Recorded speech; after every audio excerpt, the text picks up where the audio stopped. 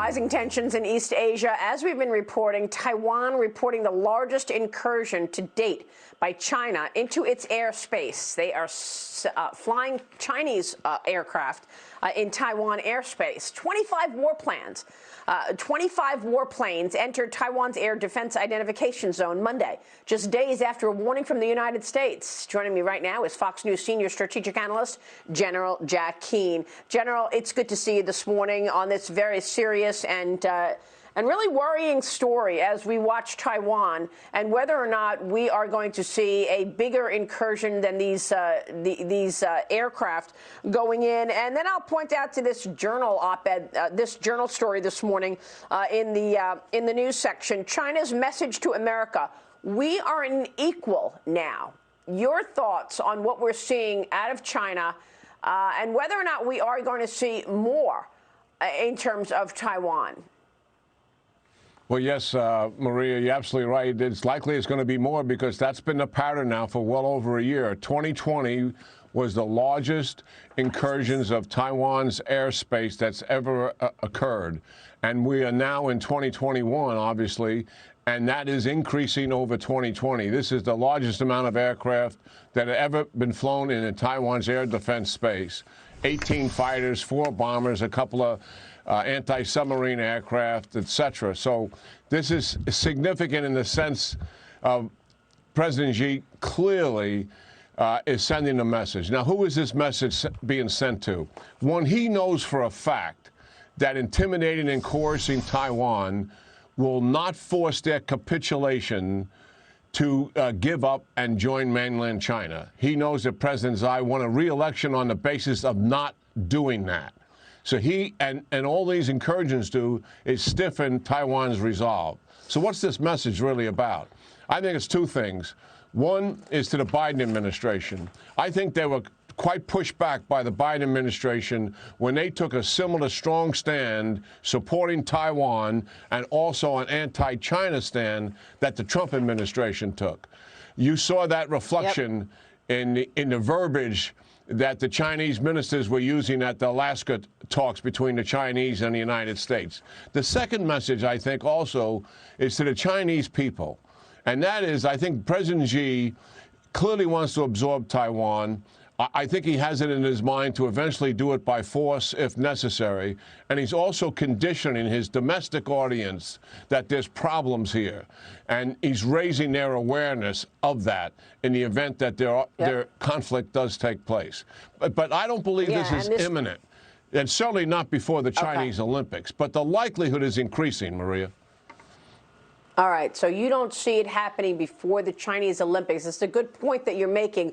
Why would they want to do that in front of the world as the world apparently gets ready to go see the Olympics in Beijing? But here's what the Journal writes this morning. Mr. Yang, the foreign associate from Beijing, Xi Jinping's top foreign policy aide, delivered a surprise, a 16-minute lecture about America's racial problems and democratic failings. The objective, say Chinese officials, was to make clear that Beijing sees itself as an equal of the United States. He also warned Washington against challenging China over a mission Beijing views as sacred: the eventual reunification of Taiwan.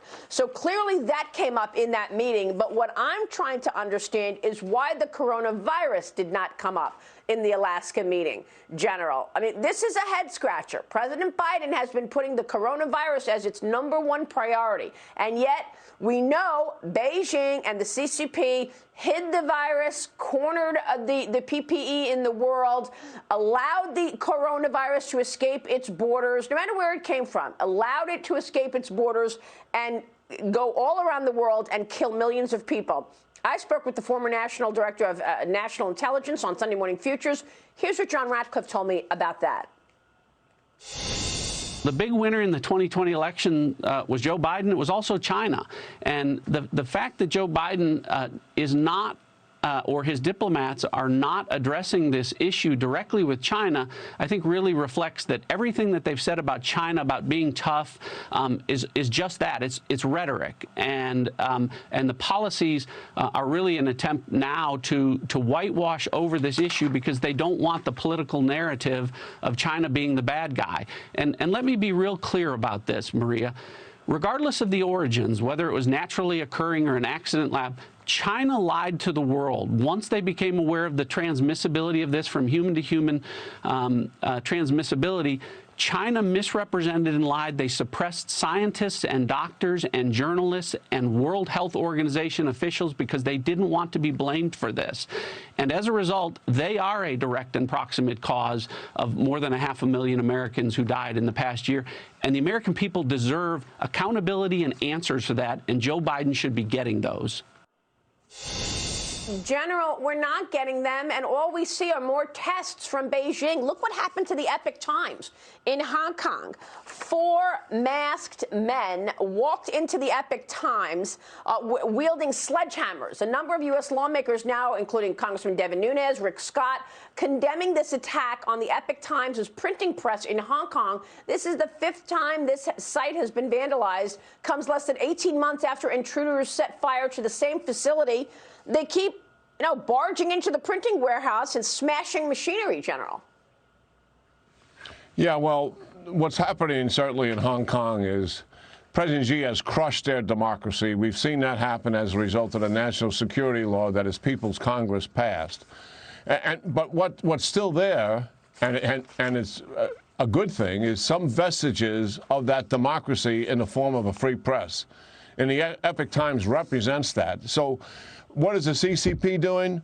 They've got their goons going out there and actually physically destroying the printing press. And they have done this, and they've vandalized it in the past. I mean, this is the reason why Jimmy Lai, who is a guest on your show repeatedly, multi-billionaire from Hong Kong, who has been a protester against the CCP crackdown that's taken place in Hong Kong, but he's in jail not because he was a protester. He's in jail because the Apple Daily, which he publishes, has been significantly critical of the Chinese Communist Party regime. So the vestiges, some vestiges of democracy are still there, and the Chinese Communist Party is physically crushing it as best as they can.